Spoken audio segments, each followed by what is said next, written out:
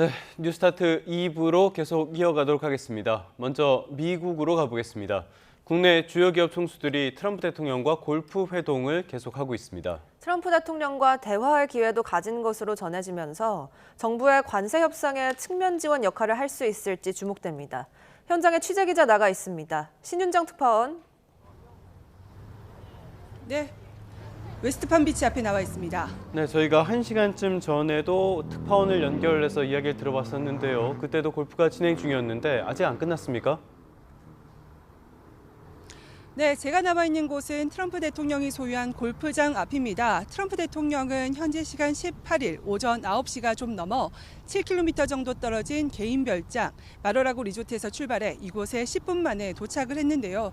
지금 주변을 보시면 알겠지만 약 7시간 넘도록 골프 회동은 진행되고 있고요. 또 경찰이 차량 통행을 통제하면서 곧 나올 것으로 보입니다. 네, 지금 차량이 진행하면서 이제 이곳에 모인 지지자들이 손을 흔들면서 트럼프를 배웅하는 모습입니다. 지지자는 많이 나와 있지는 않고요. 약 10여 명 정도 나와 있고 지금 이곳에 트럼프 대통령이 막 지나가는 모습을 보면서 약간 지금 통신 상태가 원활하지 않은 것으로 보입니다.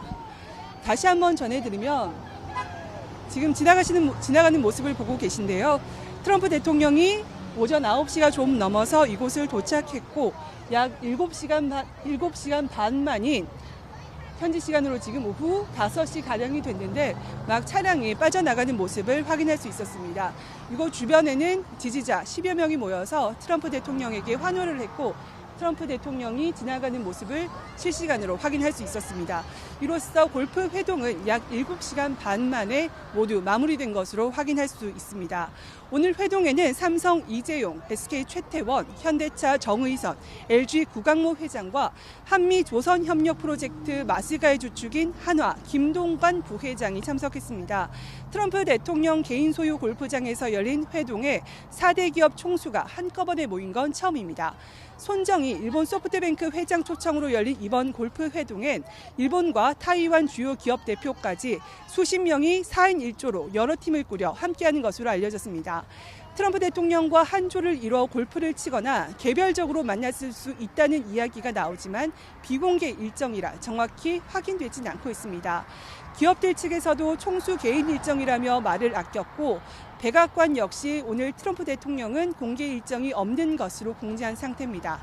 백악관은 트럼프 대통령이 누구와 함께 라운딩에 나섰는지에 대한 풀 기자단 질문에도 답변을 거부했습니다. 함께 라운딩에 나서진 않더라도 대규모 연회장에서 식사나 인사 자리 등을 통해 만났을 가능성은 배제할 수 없는데요. 이번 모임이 주목받는 건 단순한 사업 협력을 넘어 한미 관세 무역 협상에 관한 논의가 급물살을 타는 상황에서 열렸기 때문입니다. 오늘 회동에서 총수들은 막판까지 치열하게 이어지고 있는 무역 협상에서 최종 타결을 위해 어느 정도 지원 역할을 할 것으로 예상됩니다. 미국에서 반도체, 배터리, 자동차 등 각 분야에서 대규모 투자를 진행하는 기업들인데다 더 적극적인 투자를 원하는 트럼프와 우호적인 분위기 속에서 대화가 이루어졌을 것으로 추정됩니다. 한국의 3,500억 달러, 약 500조 원 규모 대미 투자 펀드와 관련한 이견으로 협상이 2달 반 넘게 교착 상태인 만큼 트럼프의 의중을 가늠하고 한미 모두 윈윈할 수 있는 협력 방안을 모색했을 것으로 전망됩니다. 최근 정부 협상 대표단에 이어 민관이 막바지 총력 협상에 나선 만큼 이달 말 경주 에이펙 정상회의를 계기로 열릴 한미 정상회담에서 최종 결과물을 끌어낼 수 있을지 주목됩니다.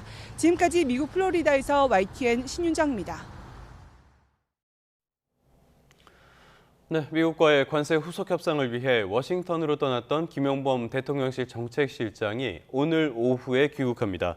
김 실장은 지난 16일 김정관 산업통상부 장관과 함께 미국으로 떠났고요. 하워드 러트닉 상무장관을 만나 대미 투자금 3,500억 달러의 투자 방안 등을 조율했습니다. 김 실장은 공항에서 취재진을 만나 방미 성과를 설명할 것으로 보이는데요. 에이펙 정상회의를 앞두고 협상에 진전이 있었을지 주목됩니다. 네, 이번엔 캄보디아 소식 살펴보겠습니다. 캄보디아에 구금됐던 한국인 64명이 전세기를 타고 국내로 송환됐습니다. 단일 국가에서 한 번에 송환하는 기준으로는 역대 최대 규모인데 경찰만 400여 명이 투입됐습니다. 최기성 기자입니다. 캄보디아에서 온 한국인 64명이 수갑을 찬 채 입국장으로 줄줄이 들어섭니다. 이들을 각 관할 경찰서로 압송하기 위해 공항에는 경찰 210여 명이 배치됐습니다. 현지에서 구금됐던 이들은 전세기에 타자마자 체포됐는데 모두 온라인 사기 등 범죄 혐의를 받는 피의자들입니다. 이 중에는 인터폴 적색 수배자도 포함됐습니다. 보통 피의자 1명당 형사 2명이 붙지만 현지 호송에는 더 많은 인력인 190여 명이 동행했습니다.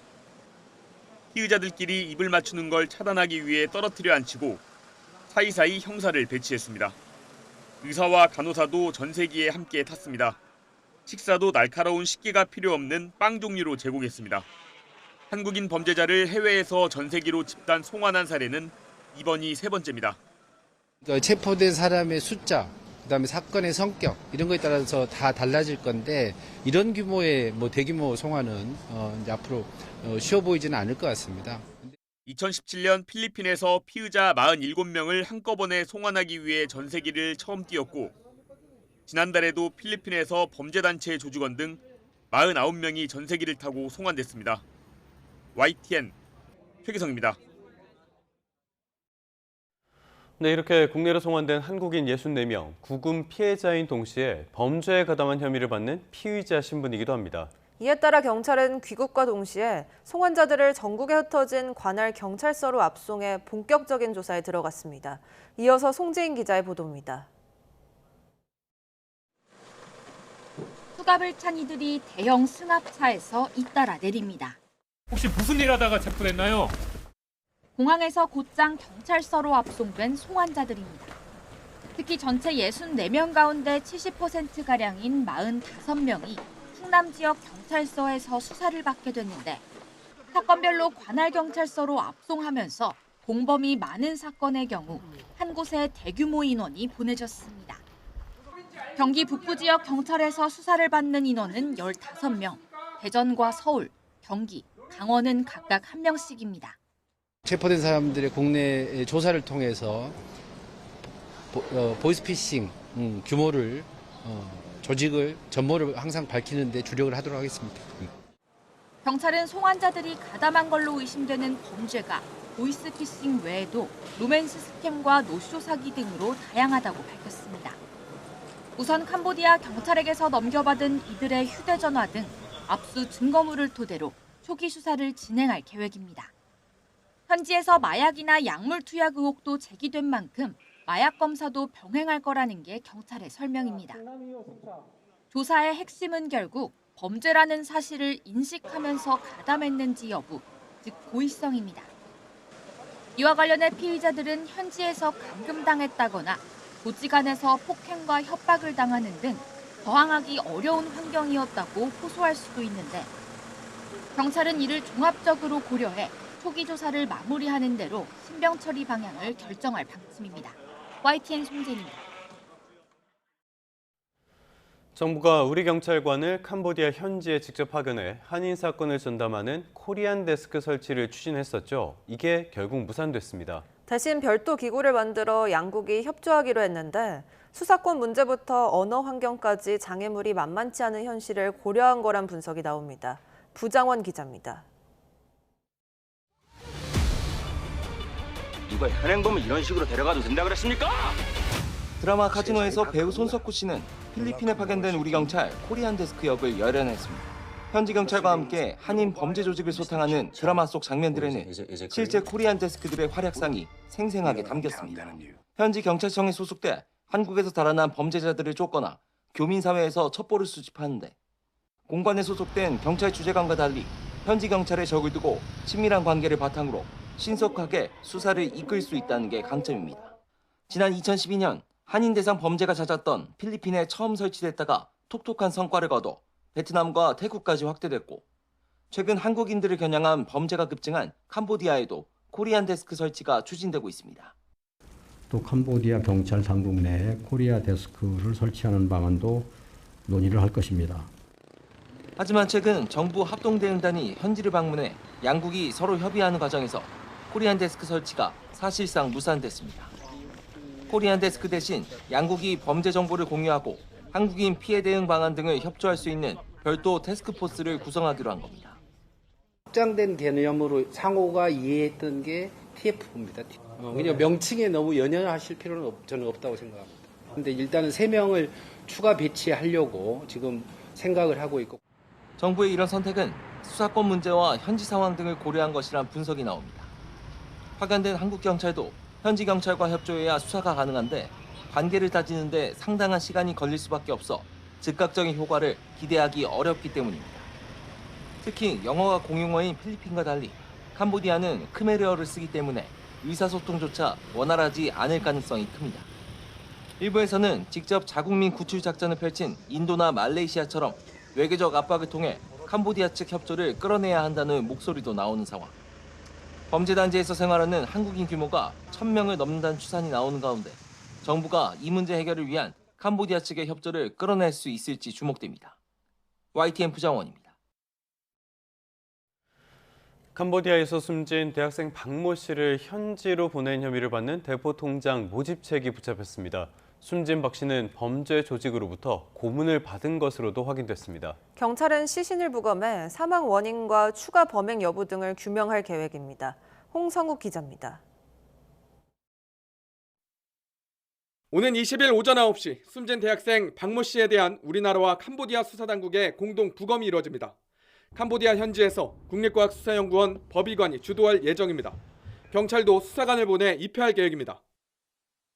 시신 부검 이후에는 최대한 신속한 시일 내에 화장하여 유해를 국내로 송환하기로 캄보디아 측과 합의하였습니다. 숨진 박 씨는 발견 당시 온몸에 멍자국과 상처 등 심각한 고문 흔적이 있었습니다. 현재 경찰도 부검에 앞선 검안에서 사망 원인을 고문으로 인한 심장마비라고 적었습니다. 경찰은 부검을 통해 박 씨의 사망 원인과 범행 수법 등을 살필 방침입니다. 또 장기 적출 여부 등 추가 범행 가능성까지 폭넓게 확인할 계획입니다. 고문이 가해졌을 뿐만 아니라 장기 적출이라는 그런 피해, 범죄에 대한 피해자로서 그런 부검을 통해서 확인이 되는 부분이라고 할 수가 있겠거든요. 그렇다고 한다면 이번 부검을 통해 정확한 사인을 밝혀내는 것이 꼭 필요하지 않을까 싶습니다. 사건을 수사하는 경찰은 박 씨를 캄보디아로 보낸 국내 대포통장 모집 조직의 주범 20대 A씨를 인천에서 검거했습니다.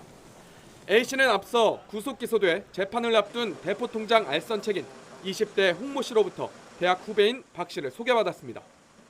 이후 박 씨에게 통장을 개설하게 한 뒤 캄보디아로 가 현지 범죄 조직에 전달하게 한 혐의를 받고 있습니다. 경찰은 A씨를 상대로 범죄 수익금의 행방과 윗선 등 사건의 배후 세력에 대해 수사를 이어가고 있습니다. YTN 홍서욱입니다. 한국인 납치 구금 사태 해결을 위해 캄보디아로 급파된 정부 합동 대응팀이 스캔 범죄 단지가 다수 분포한 거로 알려진 시아누쿠비를 방문했습니다.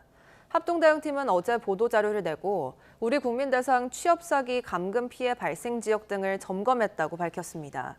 외교부는 국민 보호와 스캔 범죄 근절을 위한 정부 차원의 총력 대응 의지를 확인하는 차원이라고 설명했습니다. 한국인 납치 감금 사태에 대응하기 위해 캄보디아에 파견된 더불어민주당 김병주 의원이 20대 청년 3명을 구출했다고 밝혔습니다. 이들은 현지 경찰에서 조사를 받고 있는데 김 의원은 무사히 송환까지 이뤄질 수 있도록 관심을 기울이겠다고 약속했습니다. 김다연 기자가 보도합니다. 캄보디아 프놈펜 똘곡에 있는 아파트형 호텔입니다. 투숙객보단 경찰과 헌병이 내부를 순찰하는 모습이 눈에 띕니다. 더불어민주당 재외국민안전대책단장인 김병주 의원은 이곳에서 20대 정모 씨 등 한국인 3명을 구출했다고 밝혔습니다. 맞아서 다리가 아파서 걷는 거는 문제가 없는데 뛰는 거는 문제가 있다라고는 얘기는 했는데 외상으로는 그렇게 보이지는 않았습니다. 구출 작전은 지난 15일 경기 남양주시에 사는 아들이 감금됐다는 정 씨 어머니 제보로 시작됐습니다. 김 의원은 수영장이 있는 30층 건물이라는 정보와 건물 안에서 창문 밖을 촬영한 사진을 근거로 정 씨가 감금된 장소를 파악했습니다. 캄보디아 경찰은 신중해야 한다며 소극적인 움직임을 보였지만 김 의원은 캄보디아 정부 관계자를 설득해 조속한 구조 작업을 벌였다고 강조했습니다. 구조된 이들은 김 의원과의 면담에서 지인 소개나 구직 사이트를 보고 이른바 로맨스 스캠에 종사했다고 말했습니다. 정비 뭐 이런 것들을 하는데 월 500만 원 이상 하고 원하면 다른 나라도 가고 숙식도 제공해 준다. 탈출을 시도했지만 감시가 심해서 빠져나갈 수 없었고 구타까지 당했다고 증언했습니다. 이들은 현재 캄보디아 경찰에서 조사를 받고 있는데 김 의원은 조속히 송환이 이루어질 수 있도록 계속 관심을 기울이겠다고 약속했습니다. 이런 가운데 캄보디아 정부는 전국 관서에 범죄 단지를 대대적으로 수색하도록 지시하고 한국인을 발견하면 즉각 구조하도록 했습니다. 캄보디아 푸놈펜에서 YTN 김다현입니다. 네, 앞서 보신 것처럼 캄보디아에 구금됐던 우리 국민 60여 명이 귀국을 했죠. 그런데 여야는 이번 사태를 놓고도 엇갈린 반응을 보였습니다. 더불어민주당은 정부의 신속한 대응을 환영한다며 야당의 초당적 협력을 강조한 반면 국민의힘은 범죄자 송환쇼에 불과하다고 깎아내렸습니다. 황보혜경 기자입니다. 지난 15일 캄보디아로 급히 출국했던 민주당 재외국민안전대책단이 3박 4일 일정을 마치고 귀국했습니다. 대책단은 캄보디아 정부와 의회 신속한 수사 공조를 위해 한국인 경찰관이 상주하는 코리안 데스크 설치를 요청했고 긍정적인 답변을 받았다고 밝혔습니다. 코리아 데스크 설치를 강력하게 요청을 했고 상원 하원 의회와 그리고 정부에서도 그렇게 하기로. 대책단은 또 범죄 조직에 납치 감금된 우리 국민이 피해자이면서도 범죄에 가담한 피의자라며 냉정한 대처를 강조했습니다. 캄보디아 현지 교민 만여 명이 이른바 낙인 찍기로 생업에 큰 어려움을 겪고 있는 현실도 전했습니다. 하지만 국민의힘은 정부가 피해자는 남겨둔 채 한국인 대상 범죄에 가담한 피의자부터 귀국시켰다며 범죄자 송환쇼라고 맹비난했습니다. 이번 범죄자 송환을 마치 외교 성과인 마냥 포장하며 박수를 치고 있다는 사실입니다. 고통받은 피해자들이 들으면 피가 거꾸로 솟을 일입니다. 민주당은 국민 안전마저 정쟁의 도구로 삼는 모렴치한 행태라며 국민의힘에 추가 피해를 막기 위한 초당적 협력에 나서라고 촉구했습니다. 캄보디아 국제범죄에 대한 정부의 신속한 대응을 환영하며 국민의힘도 청개구리 비난, 정쟁을 멈추고 초당적 협력에 나서야 합니다. 사태 원인을 두고도 여당은 윤석열 정부 시절 경찰 외사 인력 감축 때문이다. 야당은 청년들을 취업 사기로 내몬 이재명 정부의 무능 탓이라고 맞섰습니다. 추가 피해자 구출을 위해선 정부는 물론 국회 차원의 적극적인 대응이 절실한 상황에서 여야는 여전히 내 탓 공방만 이어간다는 비판이 나옵니다. YTN 황보혜경입니다.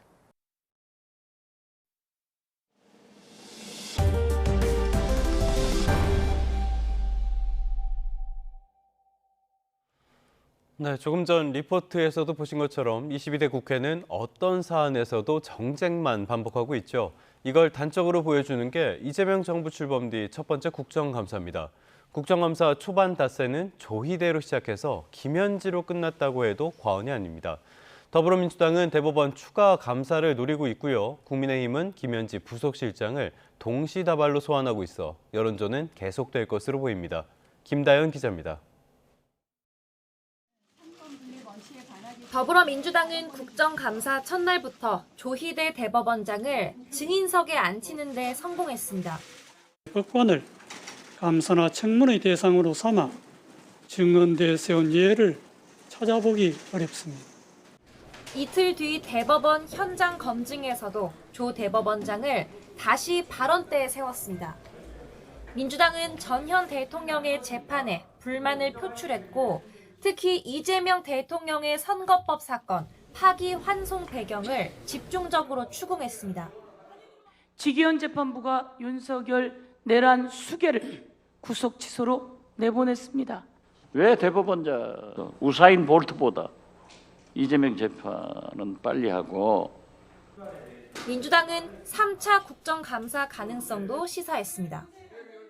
대법원 국감을 추가로 해야 될 필요성이 저도 분명히 있다라고 말씀드리면서 그 부분을 저도 상당히 공감을 하면서 추후 논의를 해보기로 하고요. 국민의힘은 김현지 부속실장을 상임위 6곳에서 동시다발 소환하며 맞대응에 나섰습니다. 의석에서 밀려 김 실장을 증인 명단에 올릴 가능성은 작지만 이른바 서동요 전법으로 계속 부르는 겁니다. 조희대 대법원장은 뭐 문제가 있어서 나옵니까? 김현지 실장이 대북 송금 사건의 변호인 교체에 개입했는지, 또 김인호 산림청장이나 차지훈 유엔 대사 등 현 정권 인사와 연결고리가 있는지 확인이 필요하다는 이유를 들었습니다. 김현지로부터 질책을 당했고 이렇게 해서 사임계를 냈다는 것이죠. 김현지 부속실장과 7년 가까이 성남의제 21이라는 시민단체에서 김 실장이 이 대통령 보좌관 시절 등록한 재산을 공개하라는 요구도 나왔습니다. 김현지 제1부속실장의 재산 등록 내역이 국가 기밀이 아니라면 의원실에 제출해 주시기 바랍니다. 여야는 오는 29일 운영위원회 전체 회의에서 김 실장 증인 채택 여부를 확정할 계획입니다. 여기에 민주당이 대법원 추가 감사를 압박하고 있는 만큼 조희대와 김현지 두 사람은 남은 기간에도 국감장을 계속 달굴 전망입니다. YTN 김다현입니다. 국민의힘은 추미애 법사위원장이 국회 감사장에서 발언권을 자의적으로 제한하고 질의를 봉쇄하는 행위를 반복하고 있다고 비판했습니다. 최은석 원내수석 대변인은 논평을 통해 추 위원장이 공정한 의사 진행을 요구하는 곽규택 의원 항의에 하는 걸 봐가면서 발언권을 주겠다는 충격적인 발언을 내뱉었다며 이같이 밝혔습니다. 이어 추 위원장 행동은 헌법과 국회법이 보장하는 국회의 국정감사 역할에 대한 본질적인 침해이자 국회의원의 정당한 권리 행사를 방해한 직권남용죄까지 발전할 수 있다고 지적했습니다. 더불어민주당은 국민의힘에 추미애 법사위원장을 향한 인신공격과 국정감사 파행 유도를 멈추라고 주장했습니다. 백승아 원내대변인은 국회 브리핑에서 국민의힘 법사위 의원들이 추 위원장에 대한 폭언과 조롱으로 의사 진행을 방해하고 있다며 이같이 밝혔습니다. 이어 국민의힘은 법사위 국감에서 진실을 감추기 위해 의도적으로 시끄러운 상임위 이미지를 만들고 있는 것이라며 이는 국회 선진화법 위반이자 국민 기만이라고 덧붙였습니다. 정치권에선 10.15 부동산 대책을 둘러싼 파장이 연일 계속되고 있습니다. 8개월 앞으로 다가온 내년 지방선거에 어떤 영향을 미칠지 여야 모두 촉각을 곤두세우고 있는데요. 민중기 특검의 주식거래 의혹을 둘러싼 공방전도 새로운 정쟁거리로 떠올랐습니다. 박정현 기자입니다. 지난 15일 정부의 부동산 대책 발표 이후 연일 신중한 태도를 유지하고 있는 민주당. 대신 연내 추가 공급책 발표 같은 후속 조치를 준비하며 역풍 차단에 주력하고 있습니다. 고육지책이었다 이렇게 말씀을 드리겠고요. 또 공공에서 질은 높고 또 분양가는 낮은 양질의 주택을 공급하기 위해서 정부와 당이 협력해서 지금 대안을 마련하고 있습니다. 수도권 부동산 폭등 원흉은 윤석열 정부와 토지거래 허가제 해제를 번복한 오세훈 서울시장이라고 화살을 돌리며 역공도 잊지 않았습니다. 국민의힘은 연일 공세 화력을 높이고 있습니다. 정작 본인들은 서울에 고가 아파트 한 채씩 마련해놓고 서민 주거 사다리는 부러뜨리는 이중성을 드러냈다며 집중 포화를 쏟아냈습니다. 집을 갖고 싶은 국민의 정당한 꿈을 투기로 몰고 서민에게만 인내를 강요하는 것이 민주당이 말하는 공정입니까? 국민의힘은 이번 10.15 대책 문제점을 조목조목 따질 당내 부동산 특위도 계획하고 있는데 다음 주 서울을 시작으로 부산, 울산, 대구 등 전국을 돌며 지방 상황 점검에도 나설 예정입니다. 민중기 특검의 주식거래 의혹도 도마 위에 올랐습니다. 미공개 정보로 민특검이 억대 차익을 봤다는 게 논란의 골자인데 국민의힘은 민특검이 수사 대상자인 김건희 여사와 같은 종목에 투자했다는 사실이 드러났다며 맹폭했습니다. 민주당은 특검 수사를 덮으려는 정치 공세라면서도 파장에 주의를 기울이는 모습입니다. 자세를 낮추며 여론 추이를 예의주시하고 있는 민주당과 달리 국민의힘은 내로남불 프레임을 고리로 대여 총공세에 나섰습니다. YTN 박정현입니다. 국민의힘 장동혁 대표가 그제 서울구치소에 수감된 윤 전 대통령을 면회했다고 밝혔습니다. 장 대표는 SNS 글을 통해 윤 전 대통령이 힘든 상황에도 성경 말씀과 기도로 단단히 무장하고 있었다며 이같이 적었습니다. 이어 좌파 정권으로 무너지는 자유 대한민국을 살리기 위해 국민의 평안한 삶을 지키기 위해 우리도 하나로 뭉쳐 싸우자고 강조했습니다. 당 핵심 관계자는 YTN에 구치소 측이 특별 면회 신청을 이딴 반려하면서 일반 면회 방식으로 10분간 진행됐다며 이 자리엔 김민수 최고위원도 동석했다고 밝혔습니다. 이에 대해 더불어민주당은 제2의 윤석열을 꿈꾸고 있느냐고 비난했습니다. 백승아 원내대변인은 서면 브리핑에서 구치소 면회는 반성 없는 내란 미화 정치이자 극우 선동이라며 이같이 밝혔습니다.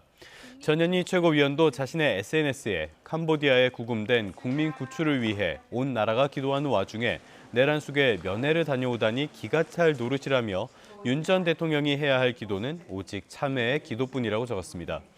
박수현 수석 대변인도 SNS에 장 대표가 기어이 강을 건넜다며 정상의 땅으로 돌아올 배를 불태웠다고 비판했습니다. 특검 수사를 받다 숨진 양평군 공무원 측이 강압 수사를 주장하면서 연일 논란이 이어지고 있습니다. 특검은 당시 상황에 대한 내부 조사를 진행하고 있는데요. 특검이 어떤 결과를 내놓을지 주목됩니다. 안동준 기자입니다. 숨진 양평군 공무원 A씨 측이 주장하는 건 특검의 강압 수사와 허위 진술 강요입니다.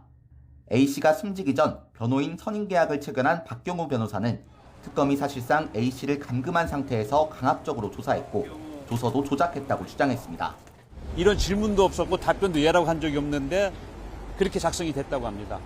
이것은 명백한 조서를 조작한 겁니다. 이에 특검은 A씨에 대한 조사 타임라인을 공개하면서 강압적 조사가 없었다고 주장했습니다. 이후 감찰에 준하는 내부 조사에 나섰는데 현재까지 뚜렷한 강압이나 문제가 있는 수사 행태를 확인하지 못했다고 밝혔습니다. 심야조사 동의서를 작성하지 않았다는 문제 제기가 있었지만 조서와 수사과정 확인서에 심야조사에 동의한다는 A씨 서명이 있다는 해명을 내놨습니다. 여기에 특검이 A씨 측이 신청한 조서 열람 신청을 거부하면서 강압수사에 대한 여부는 특검의 자체 조사로 판단하게 됐습니다. 이 때문에 특검이 내놓는 조사 결과를 A씨 측이 받아들일지는 미지수입니다. 박 변호사가 특검을 상대로 고발을 예고한 만큼 특검이 납득할 만한 해명을 내놓지 못한다면 결국 또 다른 수사기관에서 강압수사 여부를 판단하게 될 전망입니다. YTN 안동준입니다. 김건희 특검이 통일교 한학자 총재의 측근들이 5억 원이 넘는 교단 자금으로 고가의 명품과 보석을 구입한 정황을 확인했습니다. 물품 대부분은 한 총재의 상남 명목인 것으로 파악됐는데요. 한 총재의 첫 공판은 오는 27일에 열립니다. 한현희 기자입니다. 통일교 한학자 총재는 이른바 정교유착 이념 실현을 위해 김건희 씨와 권성동 의원에게 금품을 제공한 혐의 등으로 구속 기소됐습니다. 권성동 의원에게 1억 원 왜 전달하셨나요? 내가 왜 그럴 필요가 있습니까? 특검은 기존에 알려진 의혹 외에 한 총재가 개인적으로 사용할 고가의 보석과 명품을 구입하기 위해 통일교 자금 5억 원가량을 횡령한 정황도 포착한 것으로 파악됐습니다. 한 총재 등의 공소장을 보면 통일교 전 세계본부장 윤영호 씨의 배우자 이모 씨는 정원재 전 총재 비서실장 지시로 고가 보석과 명품 등을 구입한 것으로 나타납니다. 구매 품목에는 브로치와 귀걸이뿐 아니라 남성이 주로 착용하는 장신구인 타이핀 4점도 포함됐습니다. 이 씨는 개인 자금으로 보석 대금을 치르고 통일교 주요 행사와 관련된 비용을 쓴 것처럼 10개월 동안 지출 증빙 자료를 제출했는데 이 같은 방식으로 모두 5억 3,400만 원을 보전받았다는 것이 특검 판단입니다. 공소장에는 이 밖에 건축자금 마련 목적으로 받은 헌금 일부를 회계 처리하지 않고 빼돌렸다는 내용 등도 담겼습니다. 통일교는 기소 직후 한 총재가 종교 지도자로서 수행해온 역할에 대한 이해 부족에서 비롯된 결과라고 주장하기도 했는데 한 총재의 재판은 오는 27일부터 시작됩니다. YTN 한현입니다. 현재 부장검사가 국정감사 증인석에 나와 눈물을 쏟으면서 화제가 됐습니다. 이 검사는 수사 과정에서 지휘부에 외압이 있었다며 대검에 감찰을 요청했지만 5달째 지지부진합니다. 임예진 기자입니다. 저는 기소를 해야 된다라고 생각을 하고 있고 고용노동부 국정감사장에 참고인으로 출석한 현직 부장검사. 떨리는 목소리로 입을 떼더니 울먹이며 말을 잇지 못합니다. 문지석 검사는 인천지검 부천지청에 재직할 당시 쿠팡 자회사인 쿠팡 풀필먼트 서비스가 일용직 노동자에게 퇴직금을 미지급한 사건을 수사했습니다. 일용직 노동자들이 퇴직금을 받기 어렵도록 쿠팡 측이 취업 규칙을 바꾼 것이 위법한지가 사건의 쟁점이었습니다. 지난 1월 고용노동청은 기소 의견으로 사건을 검찰에 송치했는데 검찰은 석 달 만에 혐의가 없다고 보고 불기소 처분을 내렸습니다. 문 검사는 이 과정에서 상급자인 엄희준 부천지청장과 김동희 차장검사의 개입이 있었다고 폭로했습니다. 무혐의 가이드라인을 주고 핵심 증거를 누락시켰다는 겁니다. 기록을 안 본 청장이 기록도 제대로 안 본 주임검사를 불러가지고 무혐의 수사 가이드라인을 정한 것은 대단히 부적절한 행위라고 생각이 듭니다. 또 쿠팡 압수수색 영장 청구 정보가 사전에 유출됐다고 주장하기도 했습니다.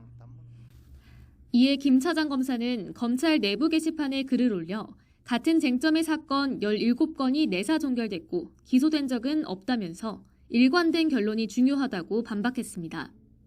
엄 전 지청장도 현행법상 일용직 근로자에 대해선 퇴직금 지급 의무가 없고 진정을 제기한 이들의 고용 형태는 전형적인 일용직 근로자라며 무혐의 처분이 타당하다고 반론했습니다.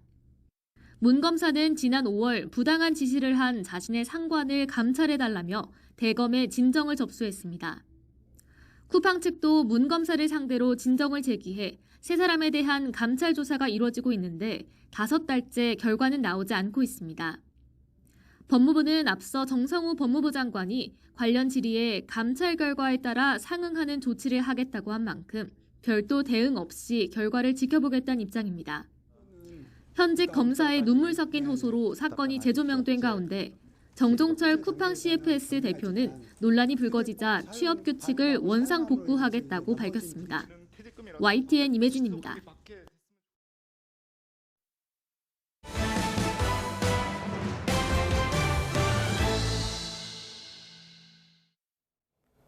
고 김하늘 양을 초등학교에서 흉기로 무참히 살해한 혐의로 구속돼 재판을 받는 명재환에 대한 1심 선고가 내일 내려집니다.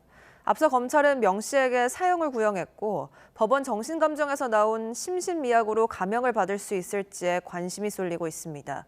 오승훈 기자입니다. 지난 2월 대전의 한 초등학교에서 교사로 근무하면서 1학년이던 고 김하늘 양을 유인해 흉기로 살해한 혐의 등을 받는 48살 명재환.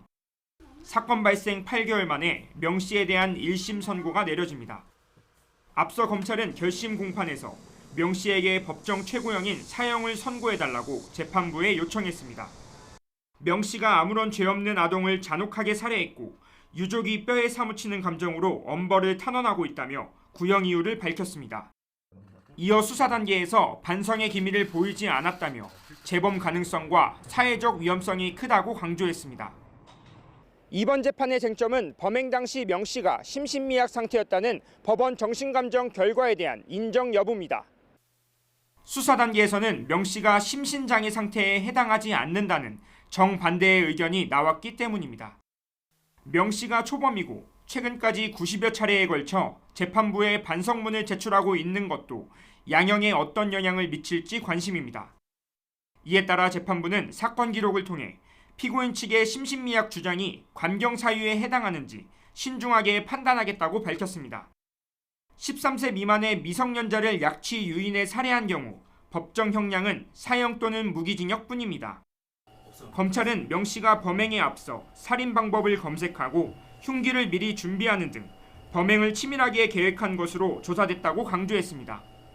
법원의 정신감정에서 심신미약 결과가 나왔다고 하더라도 반드시 형을 감경해야 되는 것은 아니므로 사형 또는 무기징역이 법정형 수준에서 나오지 않을까.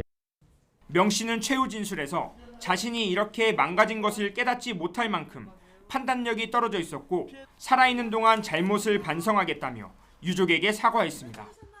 YTN 오승훈입니다. 어젯밤 10시 10분쯤 서울 강북구 수유동 광산 사거리에서 SUV와 승용차, 택시를 포함한 차량 5대가 잇따라 부딪혔습니다. 이 사고로 운전자 등 5명이 다쳐 인근 병원으로 옮겨졌습니다. 경찰은 일부 운전자가 졸음운전을 했다는 진술을 토대로 정확한 사고 원인을 조사할 방침입니다. 어젯밤 10시 40분쯤 대구 북구 연경동의 한 아파트 정문 앞에서 택시가 인도로 돌진해 나무 등을 들이받고 멈췄습니다. 이 사고로 택시 운전자인 남성 1명이 인근 병원으로 옮겨져 치료를 받고 있습니다. 보행자 가운데 다친 사람은 없었습니다. 경찰은 택시가 급가속했다는 목격자의 진술 등을 토대로 정확한 사고 원인을 조사할 방침입니다. 제주에서 카지노 난동부터 환전상 살인까지 외국인 범죄가 다시 급증하고 있습니다. 특히 경찰 조사 과정에서 피의자들이 불법 체류자로 확인되는 등 치안에 심각한 경고 등이 켜졌습니다. KCTV 제주방송 김경인 기자의 보도입니다. 카지노 게임 테이블 주위에 몰려있는 사람들. 큰 소리로 무언가 거칠게 항의하고 이내 몸싸움으로 번지며 순식간에 아수라장이 됩니다. 지난날 24일 제주 시내 호텔 카지노에서 발생한 중국인 집단 난동 사건. 게임 도중 카드가 잘못 나오자 조작을 의심하며 소란을 피웠고 이 과정에서 보안 요원을 폭행하면서 중국인 3명이 업무방해와 특수폭행 등의 혐의로 긴급 체포됐습니다. 지난 2월에도 중국인이 동포 환전상을 호텔 객실로 유인해 살해하고 카지노칩과 현금을 훔치는 등 제주에서 외국인 범죄가 끊이지 않고 있습니다. 최근 6년 사이 제주에서 발생한 외국인 범죄는 3,500여 건. 코로나 여파로 2020년 이후 감소세를 보였지만 지난해 다시 600건을 넘어서며 급증했습니다. 제주에서 외국인 범죄가 기승을 부리는 가운데 경찰 조사 과정에서 피의자가 불법 체류 상태로 확인되거나 불법 체류자들이 적발되는 사례도 적지 않습니다. 지난 6일 서귀포시에서 면허 없이 도난 차량을 몰고 다니다 적발된 40대 중국인 남성이 지난 2016년부터 10년째 제주에 불법 체류하던 상태로 확인되는가 하면 지난달에는 무면허 불법 치과 치료를 해온 중국인 검거 과정에서 시술을 받던 3명이 불법 체류자로 파악돼 출입국 외국인청에 인계되기도 했습니다.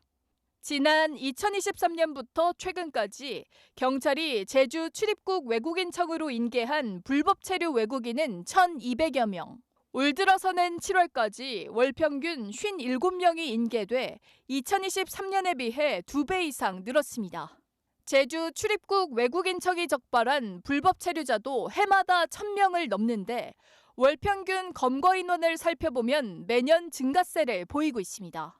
신상 정보 파악이 어려운 특성상 실제로는 더 많은 불법 체류자가 있을 걸로 추정되는데 문제는 이로 인해 또 다른 범죄로 이어지고 있다는 겁니다. 지난달 8일 고무보트를 이용해 제주로 밀입국했다 검거된 중국인 6명 가운데 5명이 과거 불법 체류 전력이 있는 것으로 파악됐는데 이번 밀입국 과정에서 또 다른 불법 체류자들이 범행을 도운 것으로 조사됐습니다. 외국인 관련 범죄가 끊이지 않으면서 경찰은 치안 활동을 강화하고 있습니다. 외국인 특별 치안 대책을 수립해서 시행 중에 있습니다. 특히 기동순찰대 안에 외국인 전용 부대를 편성해서 외국인이 많이 다니는 4개 장소에 집중 배치하였고 기초질서 단속 및 홍보 활동, 불법 체류자 검거, 합동 순찰 등의 활동을 진행 중에 있습니다. 이와 함께 경찰은 도내에서 발생하는 외국인 범죄에 대해 초기 단계에서부터 강력 대응할 방침입니다. KCTV 뉴스 김경임입니다. 경주 에이펙 정상회의가 이제 열흘 남짓 남았지만 트럼프와 김정은, 북미 정상 간의 회동 움직임은 아직 감지되지 않고 있습니다. 그런데도 일각에선 과거 판문점 회동과 같은 깜짝 만남 가능성이 여전하다는 관측도 나오는데요. 이종원 기자가 짚어봤습니다.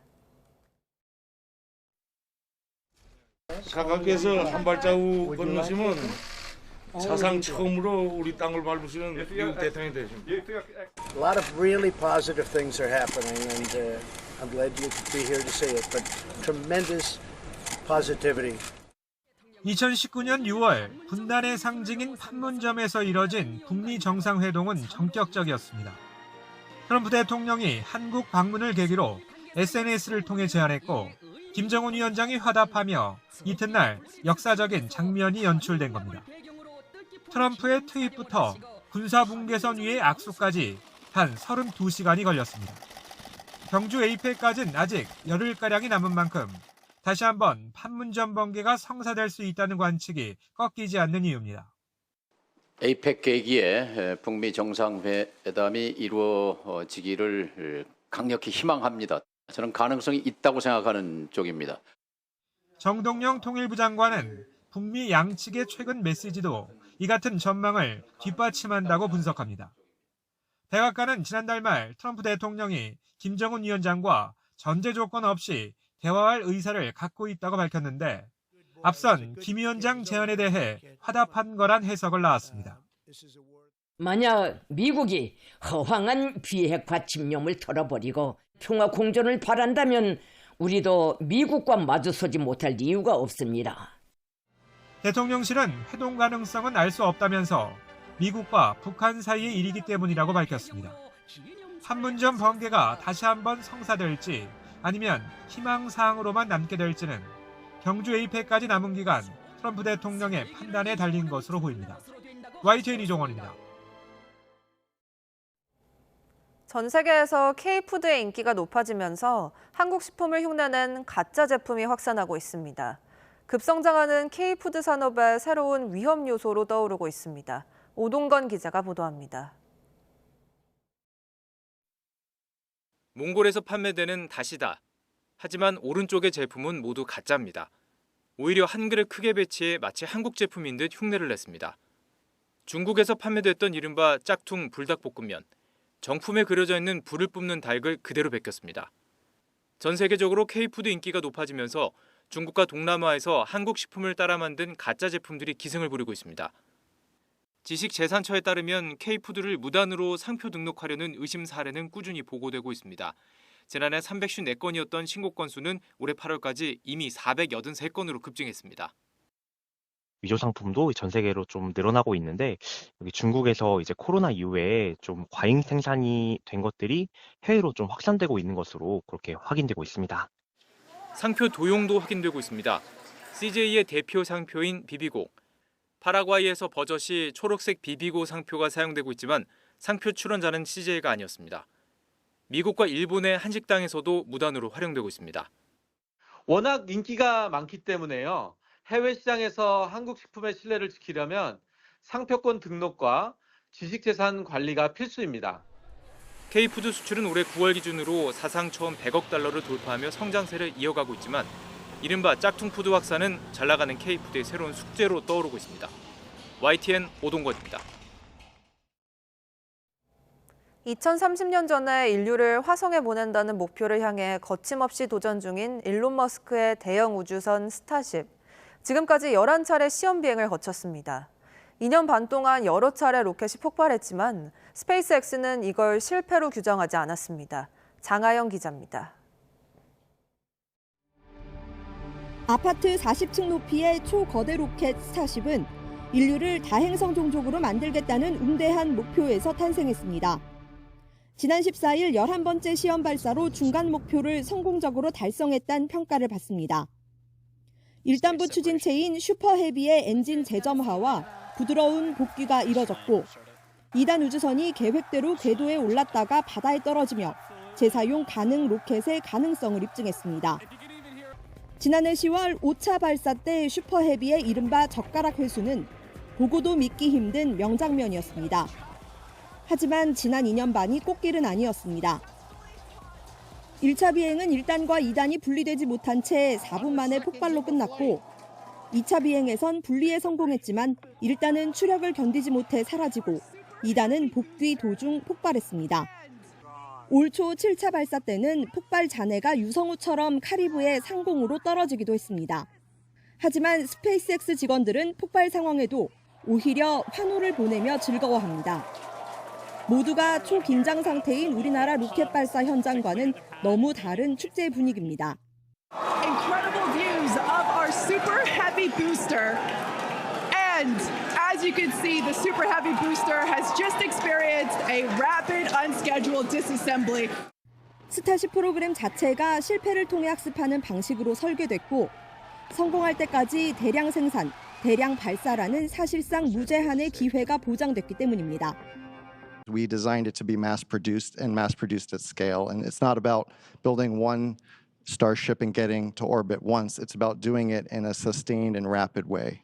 Yeah, we're aiming for ultimately thousands of ships to be built per year, which is what's needed in order to construct a city on Mars that is self-sustaining.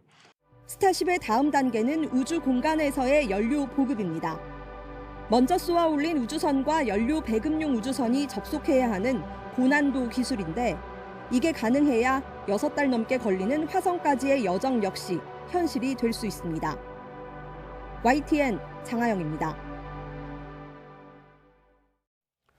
네, 다음 소식입니다. 인기 일본 소년 만화 원작 애니메이션이 잇따라 흥행에 성공하고 있죠. 이번에는 주술회전 극장판이 개봉했습니다. 1970년대 비행기 납치 실화를 다룬 넷플릭스 영화도 시청자들과 만나고 있습니다. 볼만한 영화와 OTT 시리즈, 김승환 기자가 소개합니다. まあ大丈夫でしょう。私たちは最強なんだ。今でも青が澄んでいる。 두 명의 주술사가 특별한 소녀를 지키는 과정에서 서로 신념이 충돌하며 벌어지는 이야기입니다.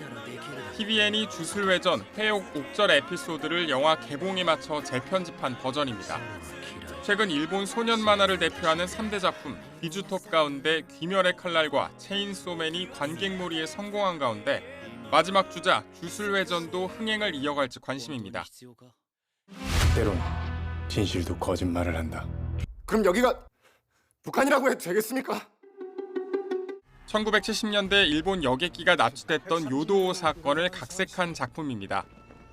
납치된 비행기를 착륙시키기 위해 모인 사람들의 이야기가 펼쳐집니다.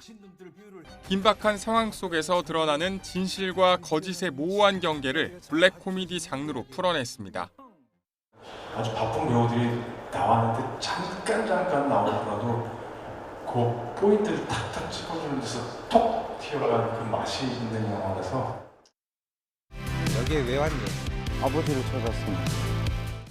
유전병으로 어머니가 떠난 뒤 아버지가 친부가 아니라는 사실을 알게 됩니다.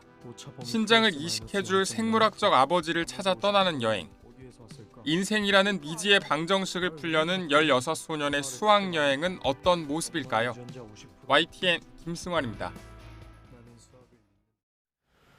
프로야구 정규 시즌 2위인 한화가 4위 삼성과의 플레이오프 1차전에서 난타전 끝에 9대8로 역전승을 거두고 기선을 제압했습니다. 역전에 역전을 거듭하는 명승부에서 한화가 집중력에서 조금 앞섰습니다. 허재원 기자가 보도합니다. 하나와 삼성의 외국인 선발 폰세와 가라비토가 약속이나 한 듯 초반부터 난타당했습니다. 폰세가 2회 초 먼저 석점을 내줬고 곧이어 2회 말에는 가라비토가 대거 5점을 실점하면서 숨가쁜 난타전이 펼쳐졌습니다.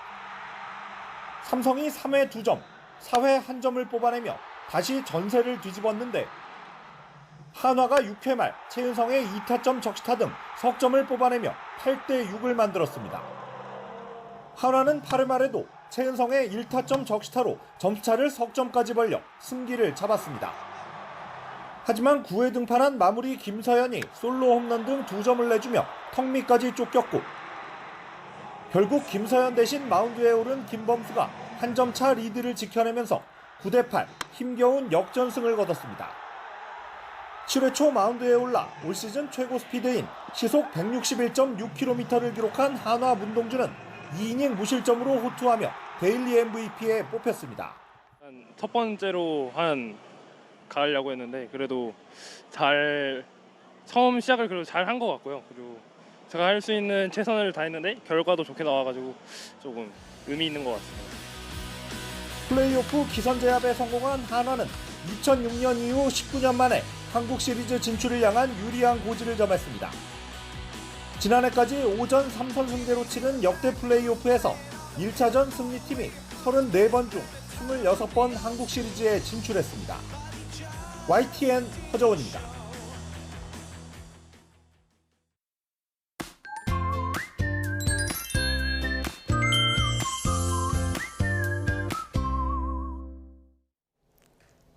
최근 주말과 휴일마다 비 소식이 잦았는데요. 오늘 내륙에서는 오후부터 점차 맑은 하늘을 볼 수 있겠습니다.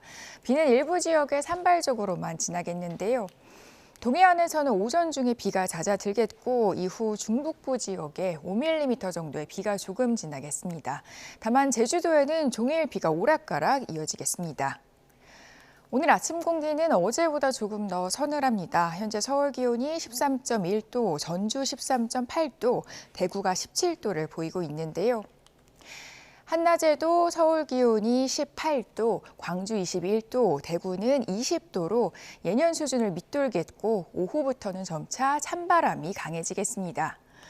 현재 해상에서도 바람이 무척 강합니다. 대부분 해상에는 풍랑특보가 발령 중이고요. 물결이 최고 4m로 높게 일겠습니다.